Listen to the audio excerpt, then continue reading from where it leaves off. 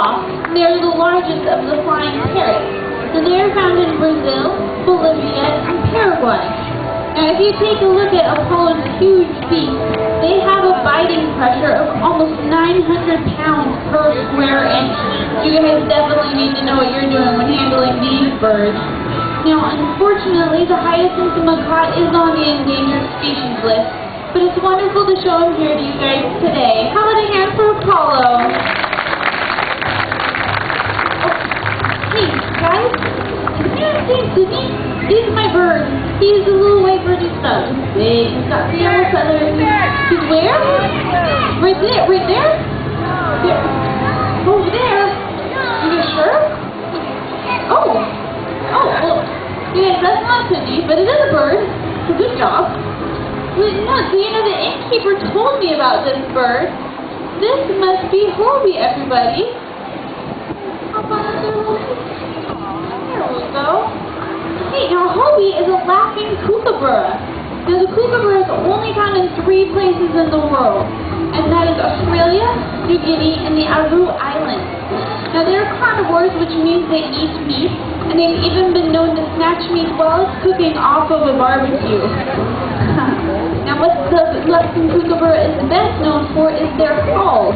Now even though they're only found in 3 places in the world, their calls are featured in almost every single movie with a jungle scene. You guys do the math. Now I'd really like to share Hobie's call with everyone today, but in order to do that, I need a very brave volunteer. So raise your hand high. You're right there in the green shirt. Come on up. Hi, what's your name? Isabel, where are you from? You're from Arizona. Wow. Well, have you ever met a kookaburra before? I didn't think so. You still have all your fingers. I'm just teasing you. Okay, well, in order to share Hobie's call with everyone today, I'm going to need you to make the secret sound, okay? Ready? 1, 2, 3. Just a little bit. Ready? 1, 2, 3.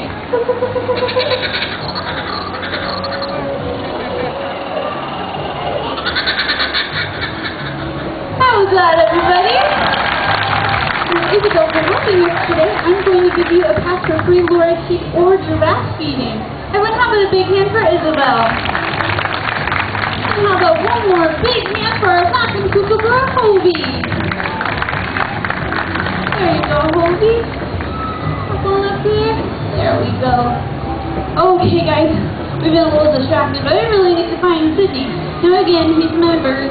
He's white, he's about this big, and he's got little yellow feathers on top. Sometimes go like this, and he's super fast at playing with, as we saw earlier. And nobody sees him anywhere? He's a little weird. Oh well. Well, hey, are you sure? Behind me again? Are you guys sure this time? Oh, hi. Guys, I'm not a bird. Well, now it's time to meet a bird here that thrives on dead animals, so you guys better look alive.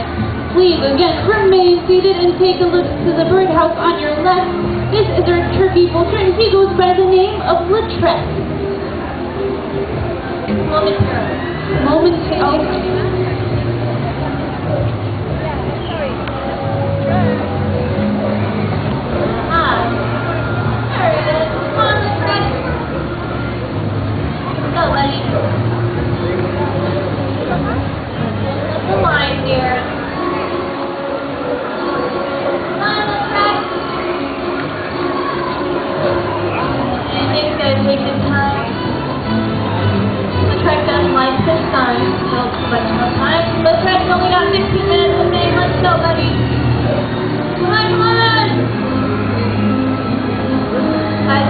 We can't make any of our animals do what they don't want to do. They kind of tell us what they want to do and what they do.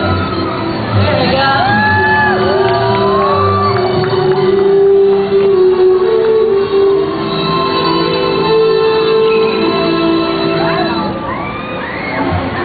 Having a big hand for Lautrec, everybody. Now, vultures are found on every continent except Antarctica. Now, they're scavengers, which means they do not have the powerful feet or razor-sharp talons like raptors do. Instead, what they do is they plant their feet firmly on the body of a dead, rotting carcass, and then they strip away pieces of flesh with their feet. Lunch, anybody? No, I didn't think so. Now, vultures will usually circle in the air before descending down to dig in on their food. Now, for all you trivia fans out there, like myself, a group of vultures circling in the sky is called a kettle. And that's just one of the reasons why they're one of my favorite birds. Have it a hand for the trek, everybody. That way. You went the wrong way. That way. No, Max didn't leave any leftovers. Don't get any of them. Oh, oh. Keep going. Here we go. Oh, and now it's time to meet the gatekeeper here at the inn. If everyone will again remain seated and take a look to your left, this is our red-tailed hawk, and she goes by the name of Isabeau.